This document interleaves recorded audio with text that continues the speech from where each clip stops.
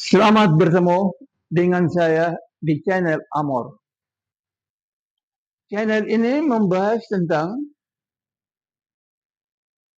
cewek cantik dan cowok tampan atau yang rupa biasa-biasa saja yang belum memiliki pacar, bahkan tidak menikah. Fenomena ini sudah saya telitikan dan sudah saya tulis di dalam sebuah buku, yaitu buku psikologi sosial.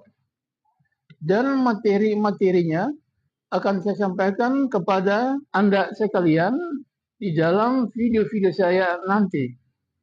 Pada episode pertama ini, ada beberapa faktor yang saya sampaikan.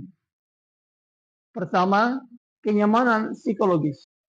Ada individu yang lahir dan dibesarkan dalam keluarga yang penuh kasih sayang, dalam keluarga harmonis, dalam keluarga yang kuat ekonominya.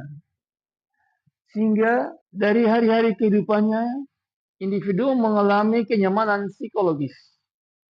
Hal-hal tersebut yang merupakan objek sikap bagi seseorang di dalam menstimulus bagaimana kehidupannya bermakna yang mendatangkan kenyamanan psikologis. Namun, bila seseorang sudah mengalami kenyamanan psikologis, maka hal-hal lain bisa diabaikan. Misalnya dalam hal pacaran.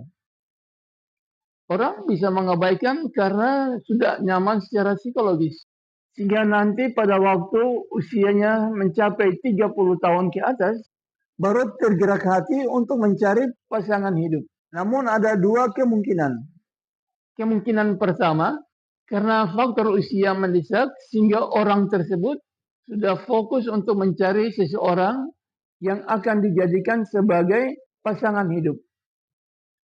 Tetapi kemungkinan kedua, karena dengan usianya sudah cukup, seperti usia 34, bahkan sampai 37, usia mencapai 40, usia-usia ini, kemungkinan untuk mendapat seorang teman atau seorang yang dijadikan sebagai pasangan hidup, itu sudah semakin sempit ruang geraknya.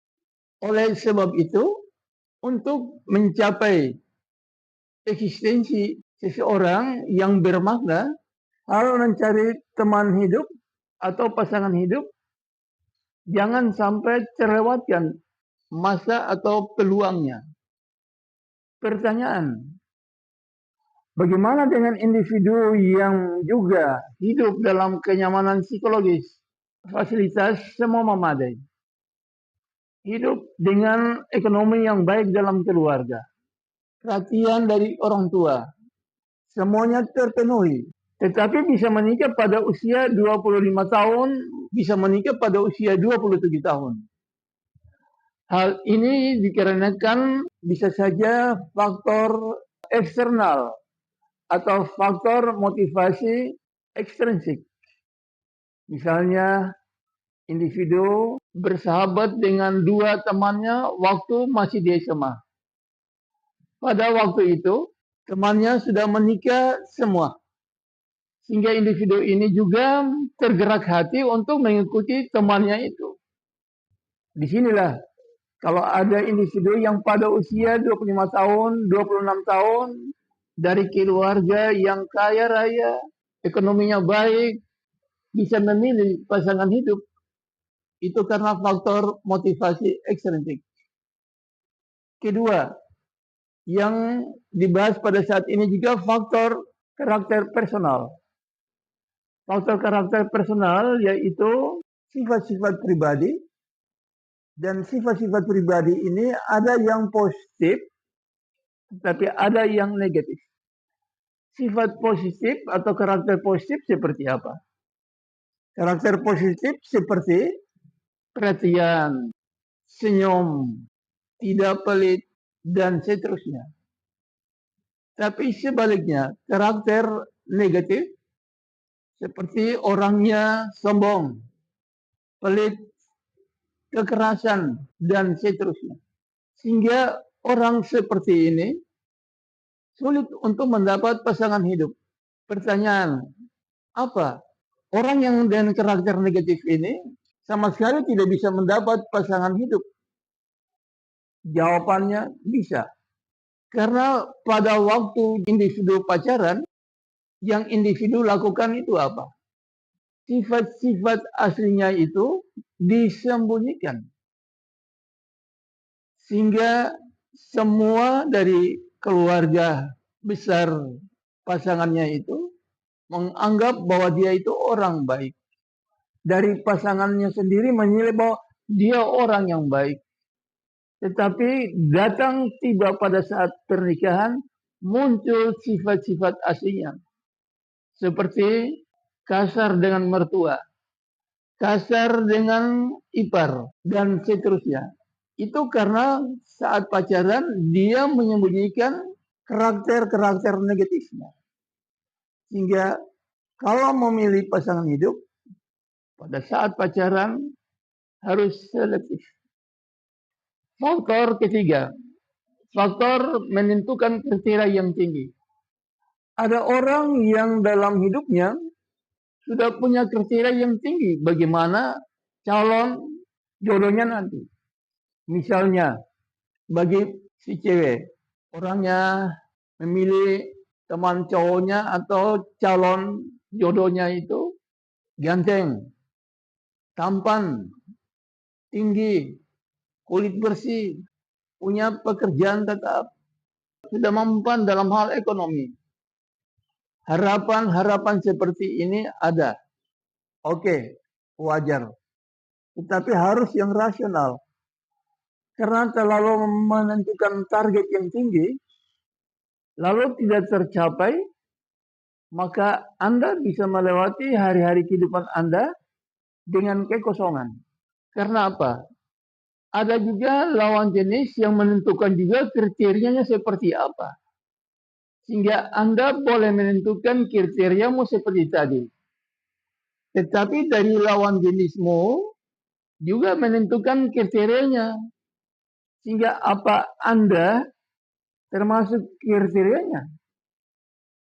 Kalau Anda tidak termasuk kriterianya, tentu Anda tidak akan mendapat pasangan hidup seumur hidup.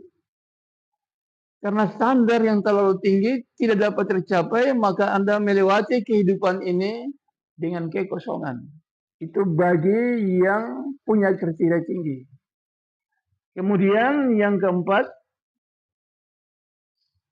faktor intervensi dari orang tua. Faktor intervensi dari orang tua seperti apa? Orang tua juga sendiri mempunyai kriteria bagaimana calon menantunya bagi anak perempuan dan anak laki-laki. Ini ada subjek penelitian dari saya. Ada satu cewek pacaran dengan seorang cowok kurang lebih 3 tahun. Dan pada waktu tahun masuk ke-4, dia mengantar temannya itu atau pacarnya itu ke orang tua. Sampai di sana apa kata ibunya? Wah, kamu belum memenuhi syarat kriteria, jangan lagi datang main di rumah tante. Terus bubar. Kemudian si cewek ini mencari lagi pacar yang kedua. Dan ternyata berjalannya dengan waktu kurang lebih juga 3 tahun mengenalkan kepada orang tuanya. Dan ternyata apa yang terjadi? Orang tuanya masih menolak lagi dengan alasan kamu bukan kriteria saya sebagai calon anak mantu. Lalu anak merasa kering, merasa hidupnya hampa, tidak berdaya lagi. Kalau anak mau bertindak sendiri, merasa bahwa nanti dianggap anak durhaka.